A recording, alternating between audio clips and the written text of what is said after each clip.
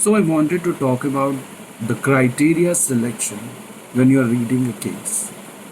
The meaning of criteria, the meaning of criteria may seem nebulous and abstract. Actually, though you use criteria all the time, even if you don't call them by that name, when you decide to buy a new cell phone, you have to have a way to choose one.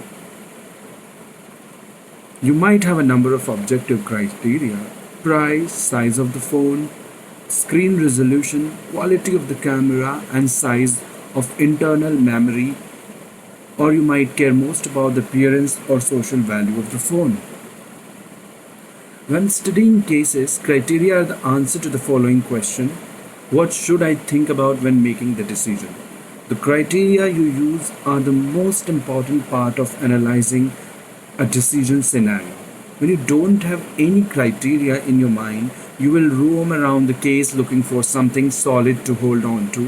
Irrelevant criteria will lead to wasted time and leave you vulnerable to recommending a decision with little to no supporting evidence. Decision criteria should be relevant to the decision.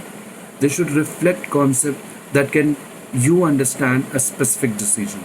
A case about a leader calls for criteria relevant to leadership, not accounting or marketing. Relevant to the case evidence. There are many possible criteria for a given decision, but you need to look for those that reflect the evidence in the case. Early in your study of a case, you will need to make some educated guess about the criteria.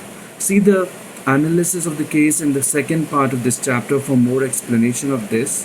Technical concept and metrics appropriate to the decision can assist you in picking criteria. For example, take a case that revolves around an accounting decision.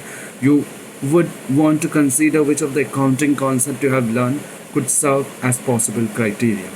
Limiting to the minimum necessary for making a sound decision. A decision recommendation is difficult when many criteria are used. You are forced to work with and reconcile the findings generated by many factors. Your task will be to identify the top criteria, that is, those are most helpful in revealing what you need to know for making the decision.